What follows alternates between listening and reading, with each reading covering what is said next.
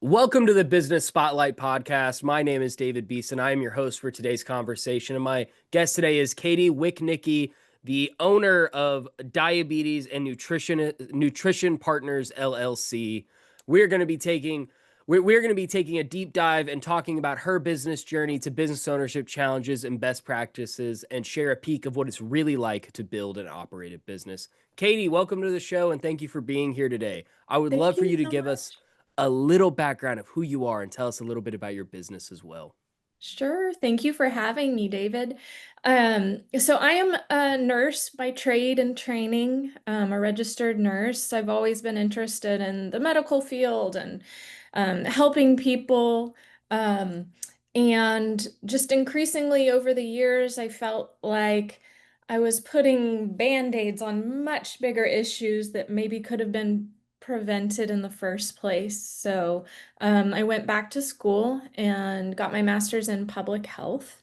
And with a personal history of polycystic ovary syndrome and insulin resistance, diabetes in particular, and metabolic health has always been a real interest of mine. So, really that all led me to the field of diabetes education. And that's where I found my passion, my groove, my vibe. I love diabetes education. And so I was here in Austin with a big hospital group. I did inpatient and outpatient diabetes education. But in the summer of 2023, that hospital shut down our department entirely. So there were four of us, two nurses and two dietitians, who came together and sort of decided this is what we love to do. Like, we understand the ins and outs of it clinically very well. Like, let's see if we can turn this into a business so that we can keep doing what we love. And so later in 2023, we actually established our LLC, Diabetes and Nutrition Partners. And then in 2024, we started seeing patients and have just been growing from there. Yeah, that's awesome. So y'all been around for almost 2 years now, but really seeing patients for a bit over a year. Yeah, yeah, exactly. Yeah, that's awesome. Well, generally speaking, what does your current ownership structure look like? I know you said there's four of y'all, but is there outside investing as well, or is there just you guys? It's just us. So we are a multi-member LLC. So we're all, co-founders, co-owners, clinicians, all of it. Nice. And so our percent ownership is variable. I own 40%, they each own 20%. Um, and we each do it all. Awesome. So, Yeah. what does your role look like in the business? Like, how many hours do you spend maybe working in the business, and how many do you spend working on the business? That's a good question. And it honestly changes from week to Yeah. week. So, like I said, diabetes education is my passion. So, like, I really value continuing to see patients and working with people. So I do still take patients, but the majority of my time is spent on the business stuff. So whether it's in QuickBooks or, whether I'm doing marketing or things like this, that's really the majority of where my time is spent. And I think things have changed a lot over the past year and a half. The first half of the year that we were operating, I was spending a lot of time on establishing contracts with insurance groups. Mm, So getting in network with Blue Cross Blue Shield, United, Medicare, the biggies was really critical for us to do up front. So I was working all the time, all the time, all the time for the first 6 months. I now have a little bit more flexibility. So I work, 40 hours a week some weeks. Some weeks I work less, some weeks I work more, but I'm really working on trying to find a balance because I do have two kiddos, mm, and that work-life balance is critical for me. And so that's part of the beauty of having four of us, honestly, is yeah. like I can step away if I need to and know that like everything is in amazing hands. Yeah, it's not all gonna like burn down in like 6 Right. hours while you're gone. Yeah, I understand. Right. I hear some of these stories of, just these entrepreneurs who've done everything on their own, and I'm just completely blown away. I mean, the four of us have been such a support for each other, and on days when I've, wanted to be done with the whole thing after being on the phone with Blue Cross Blue Shield for the whole day, like we talk each other off the ledge, and it's just been invaluable. How if you don't mind me asking, like and diving a little bit deeper into the insurance stuff, how difficult was it to kind of like secure all them? Just because I know I've heard a lot of headaches about like insurances in the past and stuff. I'm just curious. It was a headache. It was Yeah. a big headache. And I'll be totally honest, I had the privilege of getting this business up and running without having to worry about a day job. Mm, Um, like I could make this my sole focus. And so it was. And like I said, those first months were a lot of work. So tenacity. Persistence, those kinds of things were really important because we did have some payer groups who were like, no, we have enough of nutritionists or we have enough of you people in the Austin area. And so we did have to appeal some of that and create sort of a defense and appeal of, okay, we're not your average nutritionist. We are, we're all registered and licensed in our fields. We're all nationally certified diabetes care and education specialists. We're accredited by our national group so that we can bill Medicare for this service. Like that's a big deal. And so we had to go back and forth with a couple of them and say, this is different. You need to accept us. And so we yeah. did. We've been really successful with that. But it was a lot of work and a lot of persistence, and trying different contact avenues Yeah. also. Um, So I know that you said that the hospital that y'all were working at had like shut down. Just out of curiosity, why did y'all four choose to go into business for yourselves rather than trying to go maybe to a different hospital and continue working like there? Yeah. So our hospital group was, as far as I know, it was the biggest in Austin. Mm, I mean, we had like 15 people in our group and they shut down the department entirely. So there were not other big groups like ours to go to. gotcha. Um, and I think also with that, increasingly we had become jaded by the healthcare system Mm, and really wanted to see what, building our own thing could look like. yeah. We're all women, we're all moms, two ladies are even grandmoms. And so also that family balance was important to all of us. So that Yeah. played into it too. Like, let's see what we can do for ourselves and see how this might look. What was the transition like for you guys going from, working for someone else to owning y'all's own business? Um, yeah, that's an interesting question. For me, it was amazing. Like I love the flexibility because of my kids at home, like I could work up until the end of the school day, and then from like 3 to bedtime, I could focus on them for the most part. And then I can pick up my laptop again when they go down to bed and work as long as I need to. So that flexibility was absolutely beautiful. Um, so I had no problem kind of moving into that structure. And I see how that could be difficult for some people though. yeah, and I can promise you, I grew up with my dad was an entrepreneur, and my dad did the same thing. He would work until about 3, and then he would pick me up from school, and he would be off, and he would get to be with me and my sister. And I promise you, your kids are going to cherish that for the rest of their lives, that you're able to be there with them and be able to go to like sporting events or go to like, like their extracurricular activities. Like it's awesome. So I will let you know that for sure. It's something that I personally had in my life, and they're gonna really cherish that later in life. Thank you for sharing that. I hope so. That's the goal. And also I think with telehealth, so we mostly do telehealth services.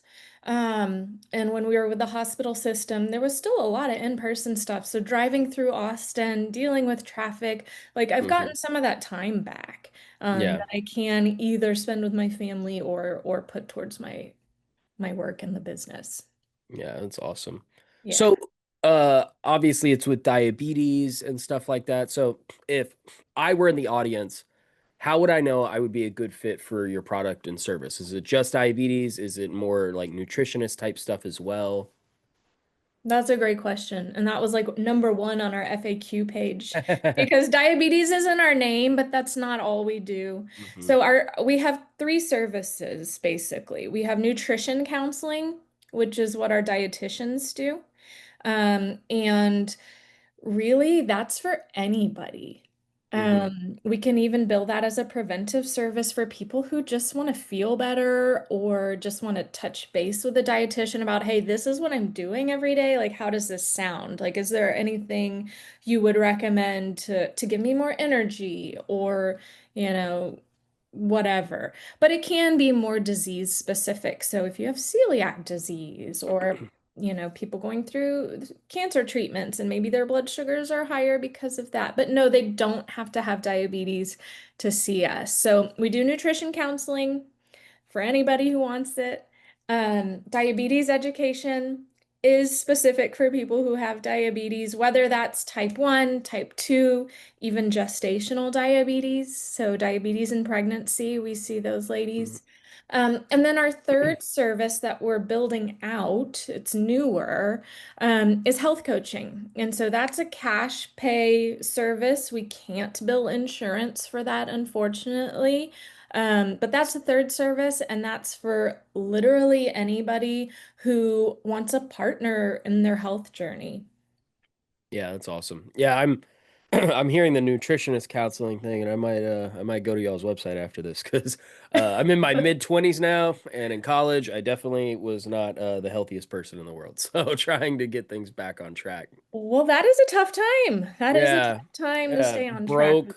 Yeah, nutrition. broke. Yeah, Being like Taco Bell's right there, it ramen makes it noodle, easy. lots of ramen noodles, lots of Yeah, cereal. yeah, Yeah. lots of sodium. Yeah. Yeah, trying that actually is something I've been trying to do is trying to eat healthier. Me and my wife just found out that we're having a baby, so now it's like, oh, now I need to try to prolong as long as I can, not for myself, for my kid. So Yes, thank congratulations. you so much. Awesome. Yeah, yeah, me and her are super excited. So Yeah, excited. she's been meeting with a lot of people too to like make sure that her levels are good because Sure. she knows that diabetes runs in her family. She doesn't have diabetes, but that like it can pop up very easily during pregnancy and things like that. So we've been It sure can. monitoring and stuff. So I'll definitely keep you in mind. Uh, Yeah, please do. That's so exciting though. Congrats. Thank you, thank you. So I'm always curious what successful businesses are doing. What percentage of your monthly sales typically is invested back into your marketing budget? Ooh, that's a good question. We've actually just started spending on Mm, marketing. So the first year, really, because we were the biggest diabetes education group in Austin, we were really fortunate that we were able to go back to the clinics and the providers who were referring to us with our previous group and say, hey, we know that no longer exists, but this is still us, and we're still doing this. And so, last year, we had almost 300 referrals. And this year, well, in July, we surpassed 350 referrals already. So we were really fortunate that we immediately had a source of referrals coming in because people remembered our names, and were familiar with our work. Um, so we didn't spend on marketing for the first year and a half, but right now we are planning to spend on marketing. We're going to do some social media campaigns through Facebook and Instagram. So we're actually testing a couple of ads right now, which has been a whole new experience for me and trying to understand, advertising through Meta. it's been a learning curve for me. So we are about to launch some social media campaigns, and then we're also partnering with a group called Spice of Life here in Austin, and they work with employers to sort of put on health fairs for their Oh, that's cool. employees. And so we're going to be at a bunch of events coming up for 3M, Q2, City of Austin, City of Georgetown, stuff, places like that. Yeah, that's super cool. Yeah, Um, excited. yeah, the organic style of marketing is kind of what you're saying, where like you go to like a event and like you can kind of like walk around, talk to people, things like that, some networking. That's what we're used to, honestly. That's what we did, when we were a part of that hospital system. Um, but we're having to sort of you know change our mindset. We were very used to doing like blood sugar screenings and stuff Hmm. that we would do as clinicians, and now like we're selling our business and our products. And so that's sort of a mindset change for all of us. Like, yeah, we're not just clinicians. Oh yeah, we have to remember, like, we want to get people's contact information Yeah. and tell them about our website and that kind of thing. So it's the marketing piece has definitely been a learning curve for us, and we're still learning. Yeah. Yeah, no, I totally understand. What approach do you have to tracking your leads? Do y'all have a CRM that you prefer, or is it like through spreadsheet?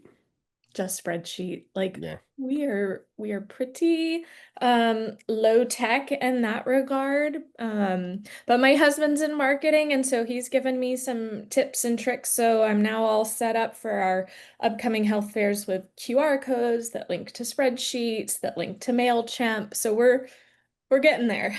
Yeah, especially early on, whenever you've only had a like only been in business for a few years, spreadsheets are perfect. It's mainly when what I've noticed with CRMs is whenever y'all start getting like insane traffic, it's really nice to Sure. kind of like transition to a CRM or something like that. Sure. Yeah, that makes complete sense. But we're still pretty, early stages. But soaking it all up, learning everything we can, taking all the online courses Oh yeah. and resources and all of that. Yeah. So how big is y'all's team? Is it just you four, or have y'all hired some team members? It's just us four, and then actually we have an intern right now.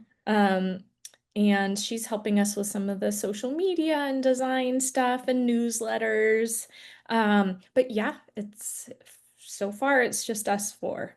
Awesome. Yeah. Well, if you're ready, we'll probably transition to a couple rapid fire questions. Okay, I'm ready, I think. Awesome. What is the key to success for you? The key to success for me is just a passion for diabetes education and health education and helping people, honestly.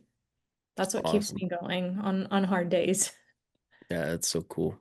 What is your one piece of advice for other business owners? I think look for the helpers. I have met some fabulous local resources. I met last week with another female CEO in the Austin area, and she just was a wealth of knowledge.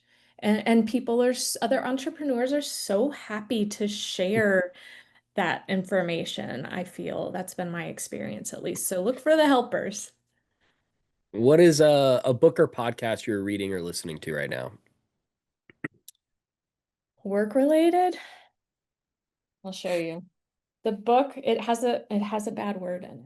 But the the book I've been reading is actually by Danny Mata, and it's F Insurance.